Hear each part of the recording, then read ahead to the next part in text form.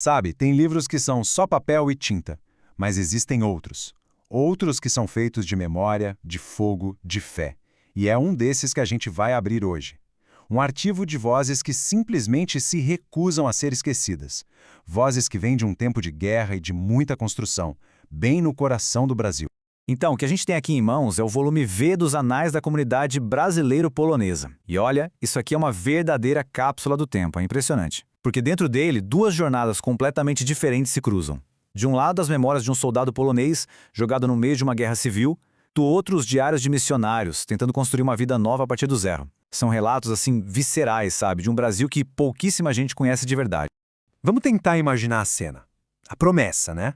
Deixar tudo para trás, lá na Europa, cruzar um oceano inteiro em busca de paz, em busca de um pedacinho de terra no sul do Brasil.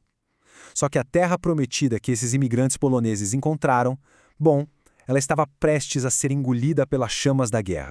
A gente está falando do ano de 1893. Pensa só, o pessoal mal tinha desfeito as malas e, de repente, a nação inteira mergulha na Revolução Federalista. Aquele sonho de uma vida tranquila acabou, foi estilhaçado e eles não seriam apenas testemunhas. Não, não. Muitos deles, como a gente vai ver, foram recrutados e jogados bem no centro do furacão. E o texto dos Anais ele é brutalmente honesto sobre isso. Essa citação que está aí, ela não deixa a menor dúvida. Não foi uma briguinha, um conflito menor. Foi uma carnificina. Foi descrita por quem viveu aquilo como o mais sangrento e cruel que o Brasil já tinha visto. É nesse inferno que a gente vai encontrar as vozes dessa história. Então agora, a gente vai direto para a linha de frente. E quem vai nos guiar são as palavras de Francisco Grabowski, um soldado, um imigrante. As memórias dele, que estão preservadas aqui nesse livro, nos levam direto para o meio do caos, para o cheiro de pólvora, para o som do combate. É uma viagem no tempo. Essa jornada do Grabowski, ela nos guia pelos momentos mais terríveis da guerra mesmo. A gente acompanha tudo, desde o comecinho da Revolução em 93, passando pelo inferno que foi o Cerco da Lapa, depois a Batalha de Passo Fundo, até chegar naquele silêncio exausto, sabe? Aquele silêncio que se instalou quando o conflito finalmente acabou em agosto de 1894. Imagina só, no meio do Cerco da Lapa, as balas zunindo por todo lado. E de repente, um grito em polonês ecoa pelas trincheiras. Foi registrado foneticamente pelo próprio Grabowski. Grila graia, grita agora. Cara, isso é um grito de desafio.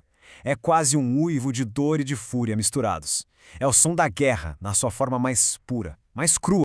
E olha isso, aqui, na própria página do livro, a gente vê o registro exato. Isso aqui não é lenda, não é invenção, é um testemunho. As palavras estão ali, impressas, mas parece que ainda estão vibrando com a urgência daquele momento. É a história viva, pulsando na tinta. Em outro momento, em outro confronto, a gente sente o desprezo gelado dos soldados do governo contra os federalistas que estavam se aproximando. A frase é curta e grossa. Esperem, desgraçados. É uma promessa de morte, né? Dita com aquela calma de quem está prestes a puxar o gatilho. O Grabowski consegue colocar a gente bem no meio dessa tensão que é insuportável. E, de novo, é o texto original que âncora toda a narrativa. Cada frase do Grabowski é como se fosse uma fotografia da brutalidade, uma janela para a alma de um combatente que, vamos ser sinceros, nunca deveria ter estado ali, lutando uma guerra que nem era dele. E aí, no meio do caos, vem o grito de comando. É um oficial tentando, no desespero, manter seus homens de pé debaixo de fogo cerrado. É um flash de liderança e de pânico, tudo ao mesmo tempo. É a pura luta pela vida, um segundo de cada vez. Mas olha só que interessante. Enquanto os canhões estavam rugindo, uma outra batalha acontecia. Uma batalha muito mais silenciosa. Longe do campo de batalha, lá nas colônias recém-formadas, a luta não era pela sobrevivência do corpo, não. Era pela sobrevivência da alma de uma comunidade inteira. O contraste é absoluto. De um lado, a guerra, perda, conflito, destruição. Do outro, a luta diária, para construir, para manter a fé, para erguer uma comunidade e plantar sementes de esperança num solo que estava literalmente encharcado de sangue.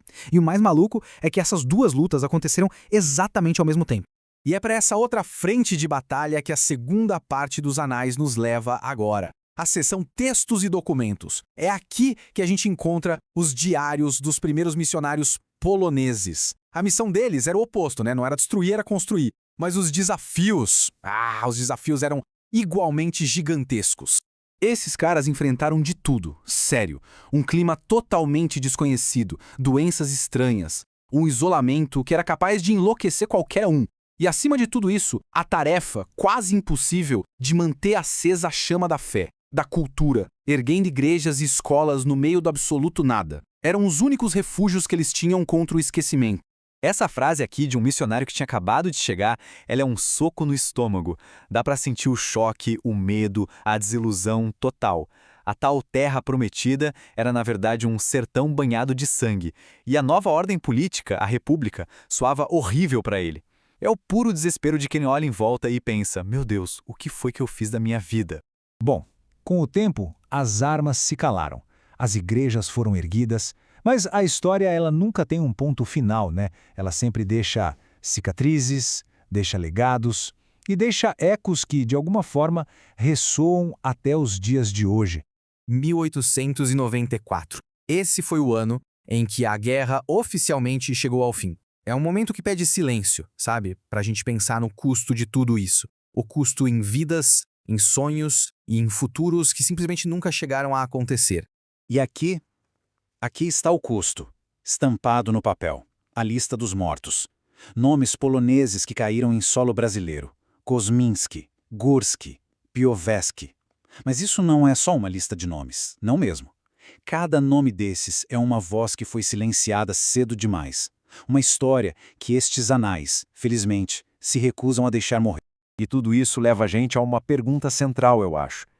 Quando a gente folheia estas páginas, a gente é confrontado com uma verdade muito poderosa. O que é que se perde, de verdade, quando uma história como a do Grabowski ou a desses missionários simplesmente desaparece? E o mais fascinante de tudo é que essa história não acabou, isso é só um capítulo. A jornada da comunidade brasileiro-polonesa, com todas as suas dores e suas glórias, ela continua.